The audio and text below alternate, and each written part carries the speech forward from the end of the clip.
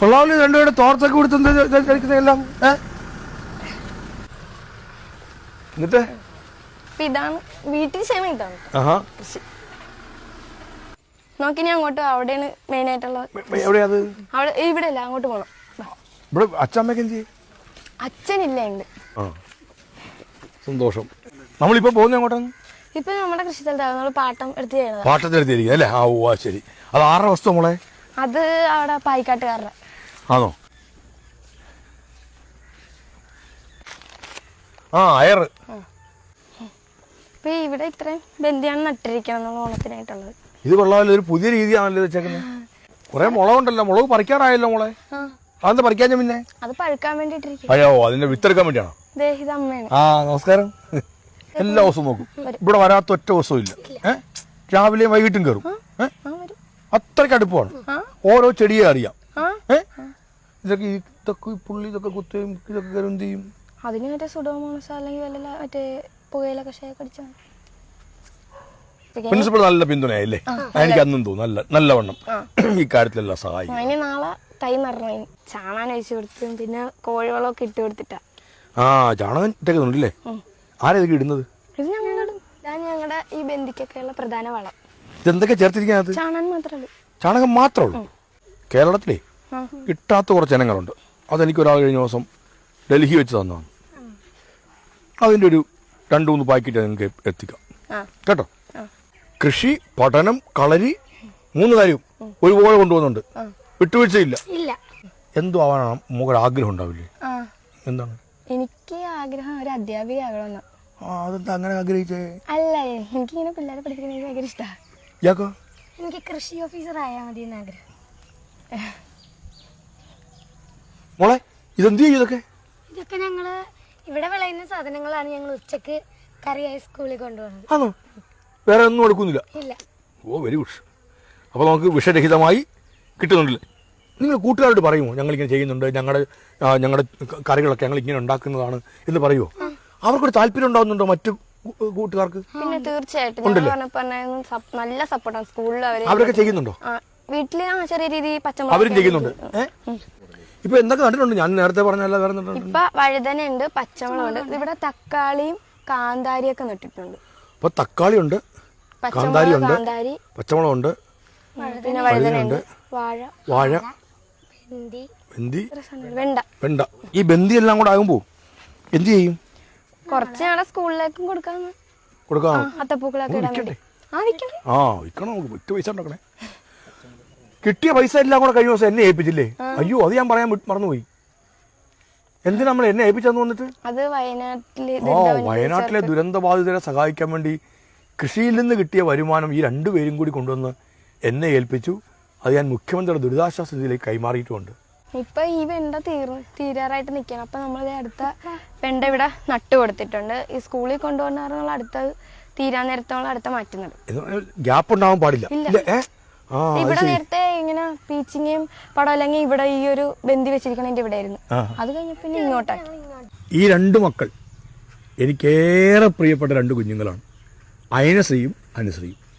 അതിൻ്റെ പിന്നിൽ ഒരു ചെറിയ കഥ കൂടിയുണ്ട്. ഞാനൊരു ദിവസം ആലപ്പുഴ കളക്ടറേറ്റിൽ കളക്ടറുമായിട്ടൊരു മീറ്റിംഗ് ആയിരുന്നു.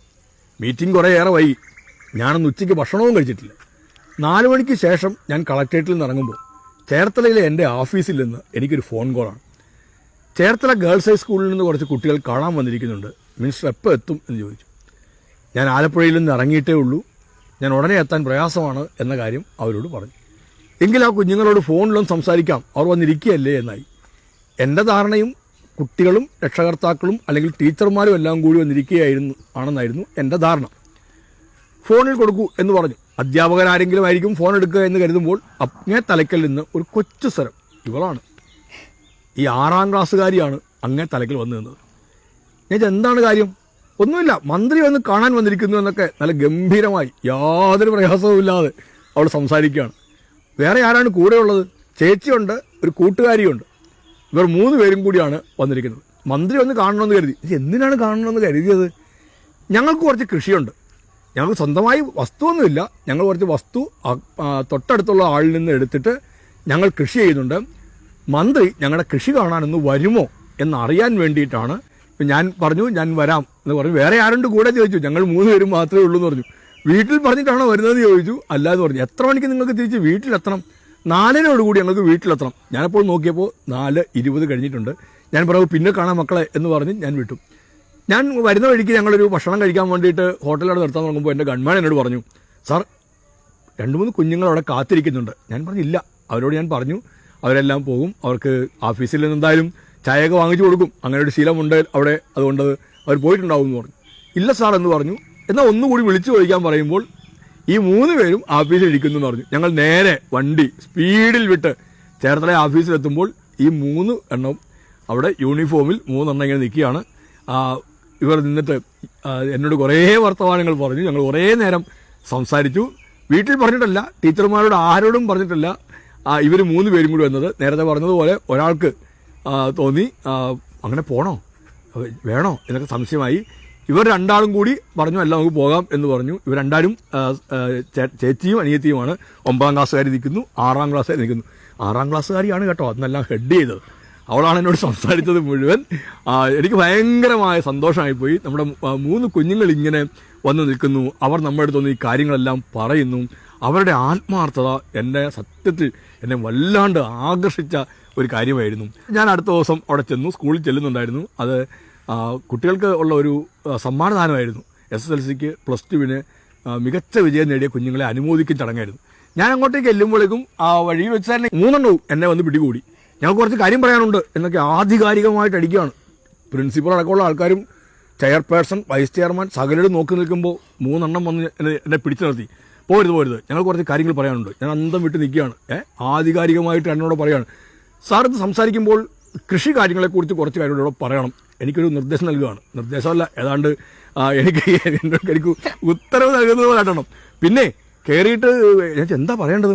എല്ലാവർക്കും ഓരോ ബാഗെല്ലാം കൊടുക്കണം, വീടുകളിലെല്ലാം കൃഷി ചെയ്യണം, അത് ഈ മുനിസിപ്പാലിറ്റിക്കാരോട് പറയണം, ടീച്ചർമാർക്ക് അതിൻ്റെ ഉത്തരവാദിത്വം കൊടുക്കണം എന്നൊക്കെ വിളിച്ച് മാറ്റി നിർത്തി എന്നോട് വളരെ കൃത്യമായിട്ട് എനിക്കൊരു ഉത്തരവ് നൽകി ഈ 3 എണ്ണം കൂടി. ഞാൻ അന്തം വിട്ടിരിക്കുകയാണ്. എൻ്റെ ജീവിതത്തിൽ ആദ്യമായിട്ടാണ് ഇങ്ങനെ 3 പെൺപിള്ളേർ വന്നിട്ട് ഇവളുമാർ 3 കൂടെ എനിക്ക് നിർദ്ദേശമല്ല എനിക്ക് ഉത്തരവ് നൽകുന്നത്. ഞാൻ ശരി എന്ന് പറഞ്ഞ് പോകാൻ നിൽക്കുകയാണ്. നല്ലവണ്ണം താമസിച്ചിട്ടുണ്ട് അവിടെ പരിപാടി തുടങ്ങാൻ. എനിക്ക് 6ാം ക്ലാസ്സുകാരി അവരോട് വീണ്ടും പറഞ്ഞു, മറക്കരുത് സ്റ്റേജിൽ കയറുമ്പോൾ ഞങ്ങൾ പറഞ്ഞ കാര്യം കൃത്യമായിട്ട് നല്ലോണം പറഞ്ഞിരിക്കണം എന്ന് പറഞ്ഞു.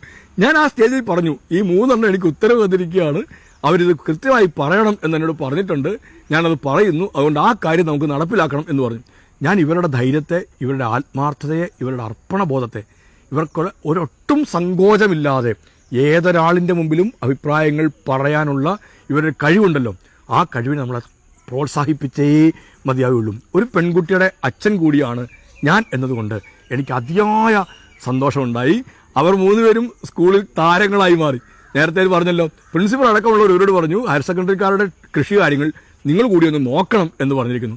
ഇപ്പോൾ ഏതാണ്ട് അവിടുത്തെ കൃഷി കാര്യങ്ങൾ, സ്കൂളിലെ കൃഷിക്ക് മേൽനോട്ടം കൊടുക്കുന്ന 2 സ്കൂളിലെ കൃഷികാര്യ വിദഗ്ധരായിട്ടാണ് ഈ അനുശ്രീയും അയനശ്രീയും ഇപ്പോൾ അവിടെ നിൽക്കുന്നത് എന്നുള്ളത് വേറെ സന്തോഷകരമായ കാര്യമാണ്. ഇവർ 2 കുടുംബം ഒരു സാധാരണ കുടുംബമാണ്. അച്ഛനൊരു ഓട്ടോറിക്ഷ ഓടിക്കുന്നു, അമ്മ ഒരു പ്രീ പ്രൈമറി സ്കൂളിൽ അധ്യാപികയായിട്ട് പോകുന്നു. സ്വന്തമായി ഒരുപാട് വസ്തുവിൻ്റെ പിന്തുണയും പിൻബലവും അവർക്കില്ല. കൃഷി വല്ലാത്തൊരാഗ്രഹമാണ്. അത് ഇവർക്ക് പരമ്പരാഗതമായി അങ്ങനെയാണ്. 5 സെൻറ്റ് കുടുകിടപ്പിനകത്താണ് അവർ ജീവിക്കുന്നത്. പക്ഷേ അവർക്ക് അപ്പോൾ സാധ്യമാവുന്നിടത്തോളം വസ്തു അവർ സമീപത്ത് നിന്നെല്ലാം എടുക്കുന്നുണ്ട്, അവിടങ്ങളിൽ കൃഷി ചെയ്യുന്നുണ്ട്. സ്വന്തമായി ഉള്ള മണ്ണിലല്ല അവരിപ്പോൾ എന്നെയും കൂട്ടി വന്നു നിൽക്കുന്നത്. അവർക്ക് ഞാൻ നേരത്തെ പറഞ്ഞതുപോലെ കൃഷി ചെയ്യാനായി ലഭ്യമായിരിക്കുന്ന ആ വസ്തുവിനകത്താണ് അവർ ഈ ഇച്ചിരി വട്ടത്ത് അവർ നോക്കൂ മനോഹരമായൊരു ബന്ദിത്തോട്ടം ഒരുക്കിയിട്ടുണ്ട്. കുറേ വഴുതന നട്ടിട്ടുണ്ട്, പച്ചമുളകുണ്ട്, വാഴയുണ്ട്. സാധ്യമാവുന്നിടത്തെല്ലാം അവരെല്ലാം കൃഷിയും ചെയ്യുന്നുണ്ട്. 2 ആൾക്കും വേറെയും പ്രത്യേകത നല്ലവണ്ണമുണ്ട്. നന്നായി പഠിക്കും എന്നുള്ളതാണ് ഏതൊരു രക്ഷകർത്താവ് നോക്കുന്നതും. ഇങ്ങനെയൊക്കെ ആണെന്നോ വല്ലതും പഠിക്കുകയോ വല്ലതും ചെയ്യുമോ എന്ന് സ്വാഭാവികമായിട്ടും തോന്നാം. ഒരച്ഛൻ എന്നുള്ള ഞാനും ചോദിച്ചു, മക്കളെ പഠിക്കുക നല്ലവണ്ണം, ആ കാര്യത്തിനകത്ത് അല്പം പോലും വിട്ടുവീഴ്ചയില്ല എന്ന് അവർ പറഞ്ഞു. ചിട്ടയായ ജീവിതമാണ് ഇത് 2ൻ്റെയും ഏറ്റവും വലിയ പ്രത്യേകത. 6 മണിക്ക് രാവിലെ എഴുന്നേക്കും. കൃത്യമായ സമയങ്ങൾ അവർ നിശ്ചയിച്ചിട്ടുണ്ട്. പഠനത്തിനും കളികൾക്ക്, കൃഷിക്ക്, കളരിക്ക് എല്ലാത്തിനും അവർ സമയം നിശ്ചയിച്ചിട്ടുണ്ട്. നമുക്ക് നല്ലവണ്ണം മാതൃകയാക്കാൻ കഴിയുന്ന, ആത്മവിശ്വാസം നൽകുന്ന, എനിക്കൊരുപാട് ഉന്മേഷവും ഉണർവും നൽകിയ, എനിക്കേറെ സന്തോഷകരമായ ദിവസങ്ങളെ സമ്മാനിക്കുന്ന 2 മക്കളാണ് ഇവർ 2 ആളും. ഈ സാഹചര്യത്തിൽ രാവിലെ ഇവരോടൊപ്പമാകാം സ്വാതന്ത്ര്യദിനത്തിൻ്റെ ആഘോഷം എന്നുകൂടി ഞാൻ കരുതിയത് അതിൻ്റെ അടിസ്ഥാനത്തിലാണ്. ഈ മക്കളെ എത്ര അഭിനന്ദിച്ചാലാണ് മതിയാവാതിരിക്കുക. ഇവർ രണ്ടുപേരും മാത്രമല്ല, ഇങ്ങനെ ഒരുപാട് പേർ ചേർത്തലയിലുണ്ടെന്ന് എനിക്കറിയാം. കേരളത്തിൽ അങ്ങോളം ഇങ്ങോളം ഇതുപോലെ ഒരുപാട് കുഞ്ഞുങ്ങളുണ്ടെന്നറിയാം. അവരെയൊക്കെ ചേർത്ത് പിടിക്കാൻ, പ്രോത്സാഹിപ്പിക്കാൻ, അഭിനന്ദിക്കാൻ, അവരോടൊപ്പം നിൽക്കാൻ നമുക്കൊക്കെ കഴിഞ്ഞാൽ അതൊരു വലിയ മാറ്റമായിരിക്കും. അവരുടെ ജീവിതം അങ്ങേയറ്റം അർത്ഥപൂർണ്ണമാവുകയും ചെയ്യും. അവരാഗ്രഹിക്കുന്നുണ്ടാവാം ഇത്തരത്തിൽ ഒരു പിന്തുണയും പിൻബലവും. നമ്മൾ നമ്മുടെ ചുറ്റുവട്ടത്തുള്ള ഇത്തരം കാര്യങ്ങളിലേക്ക് ഒന്ന് ശ്രദ്ധ വായിക്കണം, ഒന്ന് ശ്രദ്ധ എത്തിക്കണം എന്നുള്ള വിനയപൂർവ്വമായ ഒരപേക്ഷയാണ് എനിക്കുള്ളത്. അയനശ്രീയെയും അനുശ്രീയെയും അവരുടെ രക്ഷകർത്താക്കളെയും ഹൃദയം നിറഞ്ഞ് അഭിനന്ദിക്കുന്നു.